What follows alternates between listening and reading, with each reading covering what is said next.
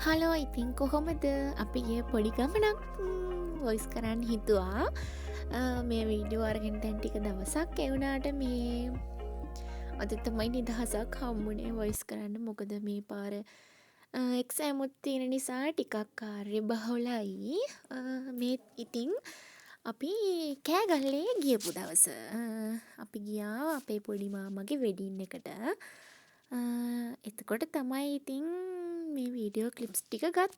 එතකොට ඉතින් මේ දවස්වල ගම් වතුරත් ගලලා වෙඩින් එකට යන්න ඕන නිසා තමයි ගියේ. කොහොම හරි අතරමඟදී යද්දී පාර වැරදිලා කිලෝමීටර් 12ක් විතර යන්න වුණා.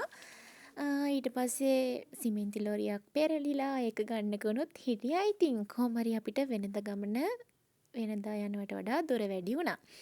ඊට පස්සේ අපි ගියේ ලොකු මාමලා ගෙදර.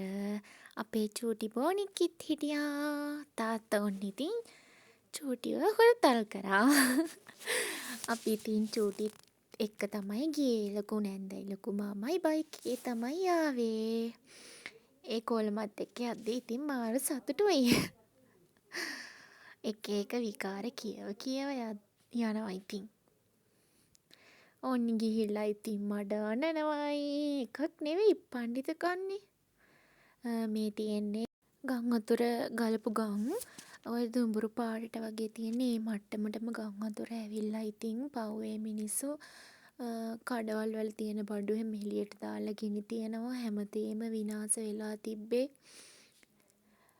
ටික දවසකට පස්සේ තමයි ආයි අතවයට පත් වෙලා තියෙන්නේ. උනාට මේ මිනිස්සු තාම ඒ දේවල් ලස් කරනවා. ඒ දේවල් දකිද්දිත් මාර හිතට දුකක් දැනෙන්නේ. කොහොමෙන් හරි අපි ගියා අපේ ආච්චිලා ගෙදර. ඊට පස්සේ තාත්තා සුද්ද කරනවා. ඒ ගෙදර කවුරුත් නැති නිසා ඉතින් සුද්ද පවිත්‍ර වෙන්නේ නැහැ. මේ අපේ පොඩි මාමගේ වෙඩින් එක දවසේ කොහොම හරි පාන්දර 3ට විතර ඇති අපි ගියා ගෙදරින් එළියට. ඊට පස්සේ අපි ගියා පින්නවල ෂූ එකට. ඒකේ තමයි ෆොටෝ ෂූට් එක තිබ්බේ. ලස්සනට වැඩේ වුණා. ඉතින් සංජු මාමට ඉන්න කියන විදිහට නෙවෙයි උනාට ඉන්නේ. එයා ඉන්නේ ඔරවගෙන වගේ. කොහොම හරි ලස්සන ෆොටෝ ටිකක් ගත්තා. නැන්ද නම් ඉතින් මාරම ලස්සනට හිටියා. සංජු මාමත් ලස්සනයි ඉතින්. ඒවට නැන්ද ඊට වඩා ලස්සනයි කියලා මට හිතුණා. කොහොම හරි පින්නවල ෂෝ එක නම් මාරම ලස්සනයි. කැම්පස් එකක ලුක් එකක් තියෙන්නේ. සත්තුත් ඉන්නවා. කිඹුල්ලෝ මෙතන නම් ඉන්නේ කිඹුල්ලෝ. ෆොටෝ ෂූට් එක කරන්න ඇවිල්ලා හිටියෙත් අයියා කෙනෙක්. ඒ අයියගෙන් මාර සපෝට් එකක් හම්බුනේ. මාර ෆ්‍රෙන්ඩ්ලි. ඊට පස්සේ කොහොම හරි ඉතින් 7 ඉඳන් වගේ ෂූට් එක පටන්ගෙන 9ට විතර අපි එතනින් යන්න ගියා. මම ෆොටෝ ටිකත් මේ වීඩියෝ එකේ අන්තිමට දාන්නම්. ඒ ටිකත් මාරම ගතියට ආවා. මේ තියෙන්නේ පින්නවල මම ඇවිදපු තවත් තැන් ටිකක්. ඒ තුන මාරම ලස්සනයි. ඔන්න ඊට පස්සේ අපි ගියා වීල් එකේ වාහන 4ක් විතර ගියා කොහොම හරි. අපි ගියා රෙජිස්ටර් කාර්යාලයට. ඊට පස්සේ රෙජිස්ටර් කරා.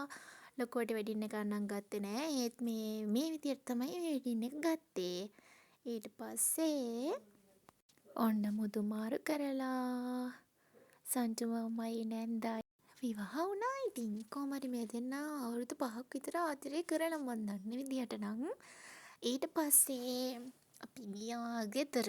ඊට පස්සේ වාහනේ දාලා ඉතින් කිලෝමීටරයක් විතර පයින් යන්නත් ඕනේ. ඊට පස්සේ නැන්දගේ නෑදෑයෝ ටිකයි අපි ඔක්කොම ගෙදරට ගියා.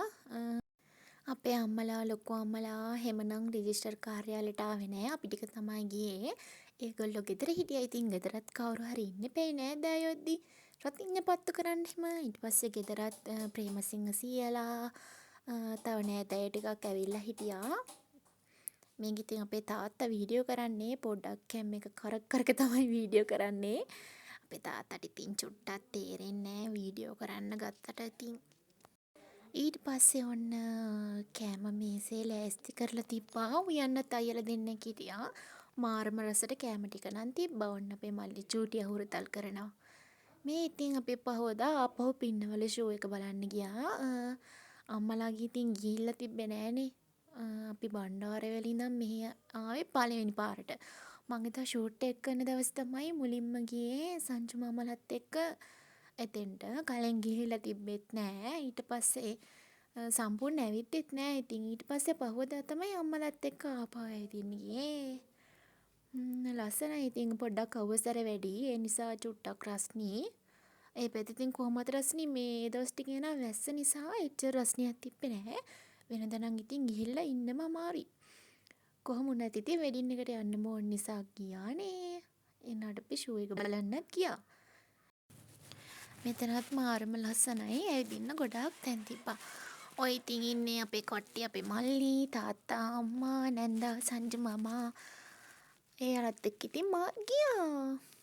මෙතනත් ලස්සනයි. මාළුවෝ ඉන්නවා. ඊට පස්සේ අපි ඇවිද්දා ඉතින් චුට්ටක්